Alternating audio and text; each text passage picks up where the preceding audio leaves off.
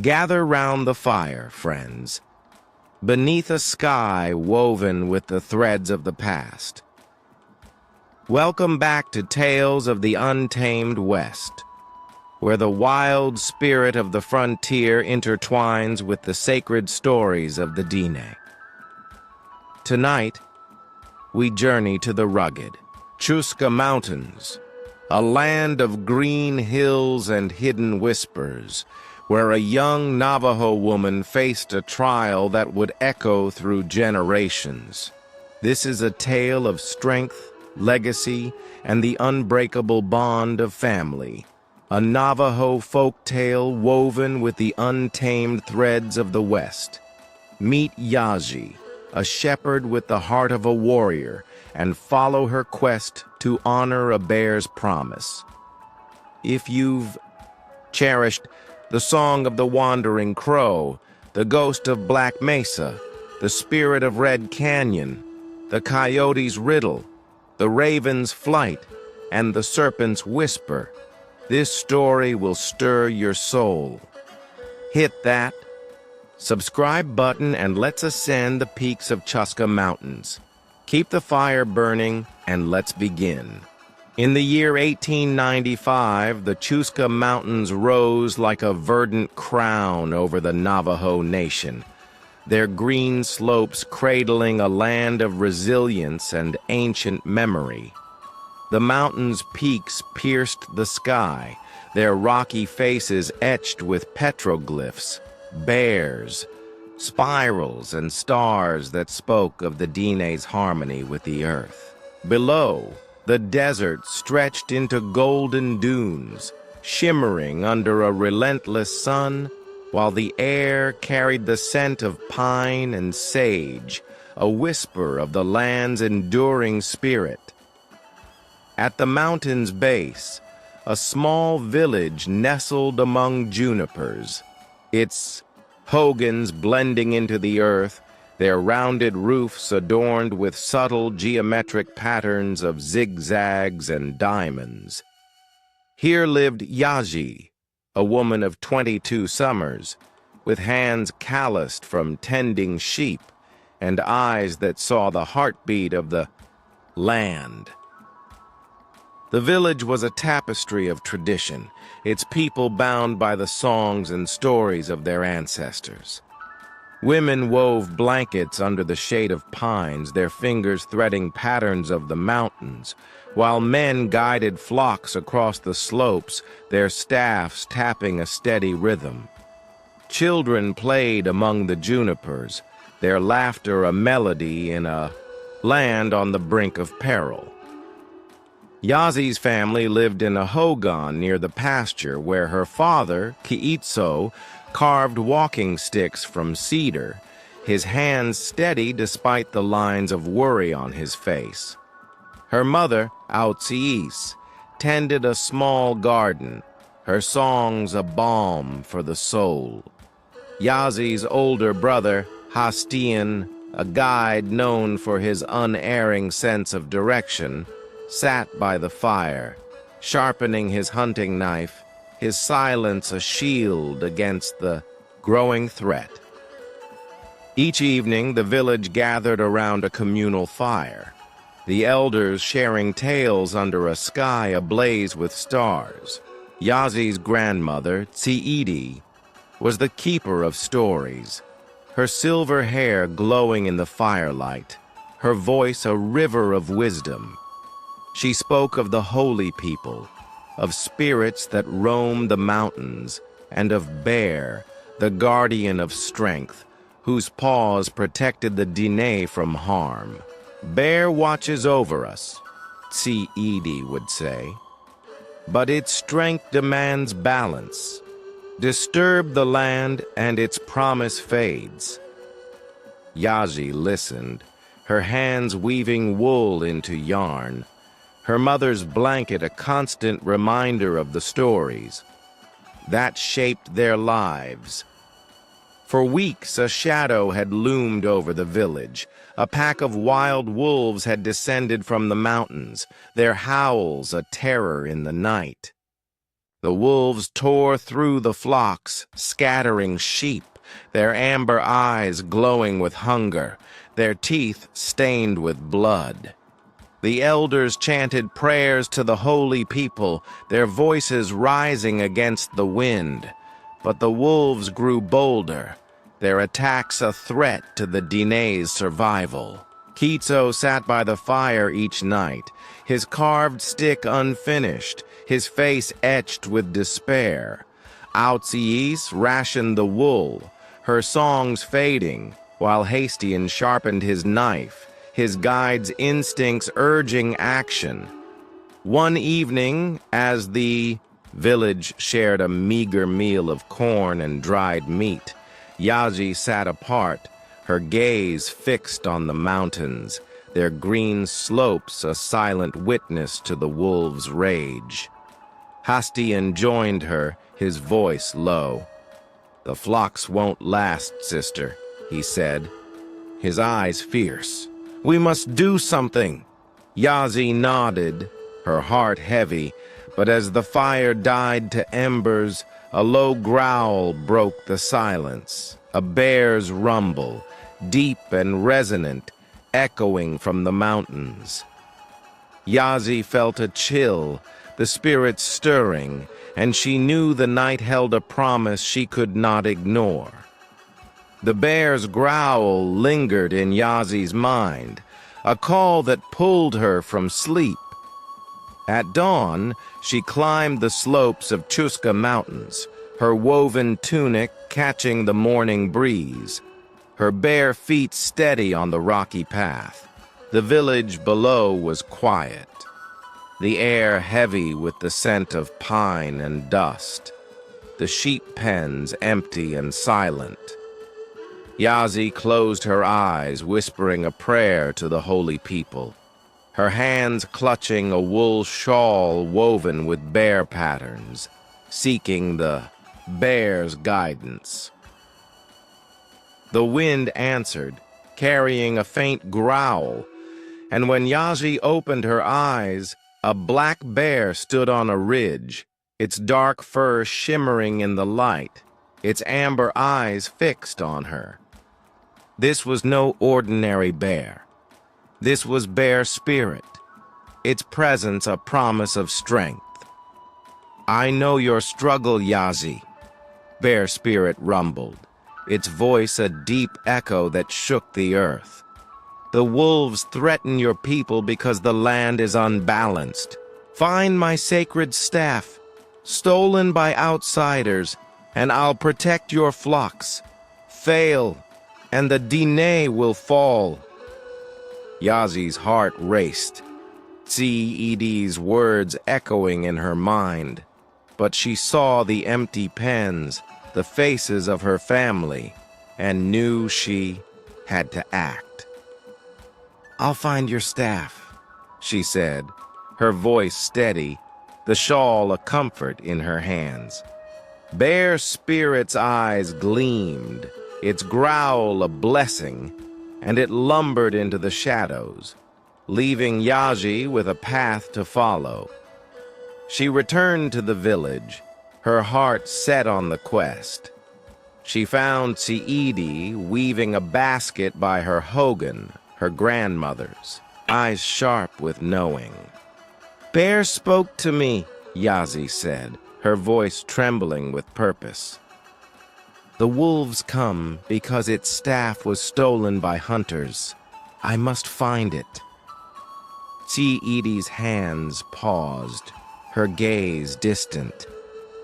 "The staff is sacred," she said, "a symbol of bear's strength, taken by those who hunt without honor. The path is perilous, Yaji. Take my blessing."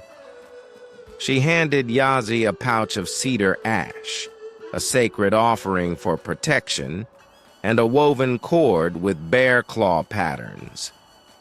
"Wear this," Tsi-Edi said, tying it around Yazi's wrist. "It will guide you home."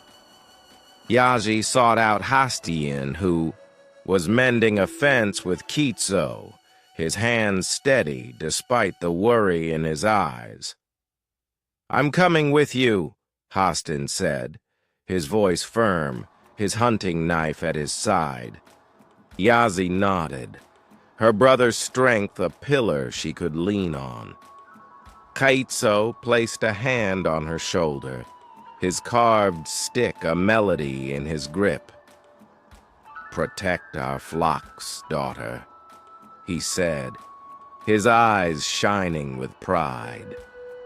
Outsies pressed, a small stone into Yaji's hand, her voice a whisper. "Return to us," she said, her tears falling. As they prepared to leave, a figure approached through the dust. Sam, a Wild West hunter with a weathered face, his rifle slung over his shoulder. His leg still scarred from a wolf attack he'd survived months ago. Sam had sought the Diné's forgiveness, his hands stained with regret from hunting their lands. "I owe your people," he said, his voice rough. "Let me help you find that staff." Yaji felt the spirit's approval in Bear's distant growl, a fragile alliance born of redemption. The trio set out under a golden sun, Bear Spirit's promise a guide in Yaji's heart, the mountains a silent guardian. Yazi led the way, her shawl fluttering in the wind, Hastin at her side, his knife ready, and Sam behind, his rifle a shield against the wolves. The slope stretched before them, a maze of pines and rocky paths, the horizon hiding the sacred staff, a treasure that would test Yazi's strength and honor her legacy. The Chuska Mountains loomed like ancient sentinels as Yaji, Hastian, and Sam ascended their slopes, the air growing cooler, the scent of pine a balm against the desert's heat. The sun cast long shadows across the green hills, the petroglyphs of bears glowing faintly on the rocks, a map to the sacred staff's resting place. Bear Spirit's growl echoed in Yazi's mind, its promise a steady rhythm. But the mountains held dangers, sharp cliffs, hidden crevices, and the wolves' howls that lingered on the wind. Yazi's hand rested on the cord at her wrist. See Edie's, blessing a comfort, her shawl a shield against the chill. They reached a narrow pass, the mountains rising like walls, their surfaces carved with petroglyphs, bears standing guard, their paws a symbol of strength. Hastian's guide instincts led them forward, his knife a steady hand in the shadows, while Sam scanned the horizon, his rifle ready, his scarred leg a reminder of the wolves' wrath. "The staff's close," Yazi said, her voice soft, the bear's growl a hum in her heart. But as they rounded a bend, a growl broke the silence. A pack of wolves, their amber eyes glowing, their teeth bared, blocking their path. Their hunger a threat to the Diné's survival. Yaji stood firm, her shawl fluttering, her voice rising in a chant, a prayer to Bear Spirit, a plea for protection. Hastian drew his knife, his hunter's stance a shield, while Sam fired his rifle, the crack echoing through the pass. The wolves lunged, their claws tearing at the earth, but Yazi's chant grew stronger, the cord at her wrist glowing faintly, and a shadow loomed, a black bear, its fur shimmering, its amber eyes a fire of strength, its roar a thunder that shook the mountains. The wolves hesitated, their howls faltering, and retreated into the shadows. The bear's presence a promise fulfilled. The trio pressed on, the bear's shadow a guide, leading them to a cave mouth carved into the mountainside, its entrance guarded by petroglyphs of bears, their claws a warning to intruders. Inside, the air was cool, the walls glittering with quartz, and a group of Wild West hunters emerged, their rifles gleaming, their faces hardened by greed. Their leader, a man named Boone, stepped forward, his voice a snarl. "That staff's ours," he said, pointing to a carved wooden staff adorned with bear claws, resting on a stone altar. "Back off, or you don't leave this cave."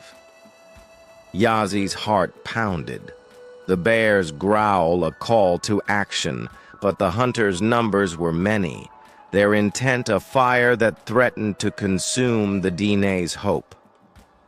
The cave erupted in chaos. Bullets ricocheting off the walls, the quartz shattering like stars. Yazi and Hastin fought with their knives, their chance a shield of light, while Sam's rifle barked, his aim a redemption for his past. The hunters pressed forward, their greed a weight that dragged them deeper, but Yazi saw the staff, its bare claws pulsing with power, and knew it was the key to saving her people. She darted toward the altar, her hands closing around the staff, its warmth a fire in her grip. As the cave trembled, the bear's roar echoing, the hunter's shouts swallowed by the shadows. Yazi clutched the sacred staff, its bare claws a pulse of strength, as she emerged from the cave, the mountains trembling under the bear's roar. The air was thick with dust, the sun casting golden rays through the pines, the petroglyphs of bears glowing on the cliffs, a testament to the Diné's resilience. Hastin and Sam followed, their breaths ragged, their weapons ready, the wolves' howls a distant echo, their threat still looming. Yazi felt the staff's power, bear spirit's promise a hum in her heart. But the path ahead was fraught with danger, the hunters' greed a shadow that pursued them. Boone and his men burst from the cave, their rifles flashing, their shouts a snarl of rage. "That staff's mine!" Boone roared, his rifle aimed at Yazi, his face twisted with greed, his men fanning out across the slope. Hastian drew his knife, his hunter's stance a shield, while Sam fired his rifle, his aim a fire of redemption. But the hunters were relentless, their bullets tearing through the trees. Yazi stood firm, the staff raised, her voice rising in a chant, a prayer to bear spirit, a call for strength, the cord at her wrist glowing with Siidi's blessing. The ground shook, the mountains answering her song, and a black bear emerged from the shadows, its fur shimmering like midnight, its amber eyes a blaze of power. The bear roared, its voice a thunder that echoed through Chuska mountains, its paws striking the earth, sending a tremor that knocked the hunters back. Yazi raised the staff, its bare claws pulsing with light, and the bear charged, its strength, a force of nature driving the hunters down the slope, their rifles falling silent, their greed swallowed by fear. Boone stumbled, his rifle lost, his face a mask of defeat, and fled with his men, the mountains reclaiming their peace. But the wolves returned, their howls a chorus of hunger, their amber eyes glowing as they circled the village's outskirts, their threat a shadow on the horizon. Yazi's heart sank, the staff's power a beacon, but she knew the bear's strength came with a price. She descended to the village, the staff in hand, the bear's shadow a guide, the air filled with the scent of pine and dust. A promise of protection yet to be fulfilled. Hastian limped beside her, his leg scratched by a wolf's claw, while Sam leaned on his rifle, his breath heavy, the trio united by the trial ahead, the staff's power alight in the gathering dark. The village gathered at the mountain's base as Yaji, Hastian, and Sam returned, the sacred staff pulsing in her hands, the bear's shadow a guardian in the dusk. The Hogans stood strong, their geometric patterns glowing under the fading sun, the air thick with the scent of sage and pine, a balm for the wounded land. The wolves' howls grew louder, their amber eyes a ring of threat around the village, their hunger a challenge to the Diné's survival. Yazi felt the staff's warmth, Bear Spirit's promise a hum in her heart, but she knew the price of strength, her own resolve, her family's safety, her legacy. The elders led the village to a sacred clearing near Chuska Mountains, where petroglyphs of bears glowed on the rocks, their paws a symbol of protection, the ground carved with spirals that pulsed with light. Yaji stood at the center, the staff raised, its bear claws shimmering, and chanted a prayer to the holy people, a song of strength, of balance, of the Diné's bond with the land. Hastian stood beside her, his knife a shield, his hunter's strength a fire despite his wounds, while Sam guarded the flanks, his rifle a promise of redemption, his scarred leg a testament to his loyalty. The wolves lunged, their teeth bared, their howls a storm of rage, but Yazi's chant grew louder, the staff's light flaring, a beacon that called Bear Spirit forth. The black bear emerged, its fur a midnight blaze, its amber eyes a fire of power, its roar a thunder that shook the mountains. The wolves faltered, their amber eyes wide with fear, and retreated into the shadows, the bear's strength a force that drove them back, its paws a promise fulfilled. The village cheered, their voices a harmony that rose to the sky, the children dancing among the junipers, their laughter a song of survival. Kitso ran to Yaji, his carved stick a melody, as he pulled her into a fierce hug. "You've saved us," he said, his tears falling, his voice thick with pride.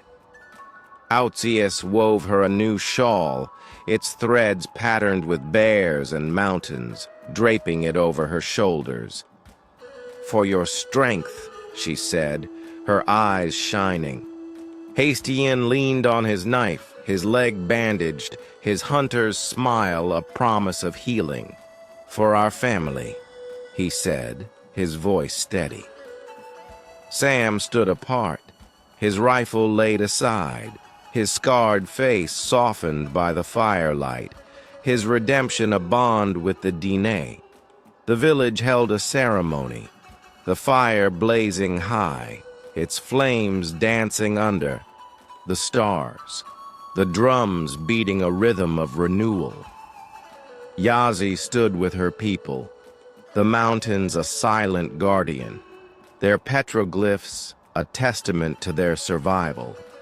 She felt the spirits' whispers, Bear Spirit's growl a soft echo, and knew the Diné would thrive, their legacy a light in the wilderness, their strength a promise for generations to come. Years later, Yazi stood on a slope of Chuska Mountains, her children at her side, their eyes wide with wonder. She held the sacred staff, its bare claws worn but pulsing with memory, and told them the story of Bear's promise, of strength, sacrifice, and the legacy that saved their people. "The land gives us power," she said, pointing to the mountains, "and we must protect it." Hastien joined them, a guide healed, his knife a symbol of family, and Sam, a friend of the Dene, stood nearby, his stories of the mountains now legend in the West. On quiet days, Yazi would hear bears growl, not of warning but of peace, and look up to see a black bear lumbering through the pines, its amber eyes a twinkle under the sunlight. A guardian of the Dene. And that, friends, is the bear's promise.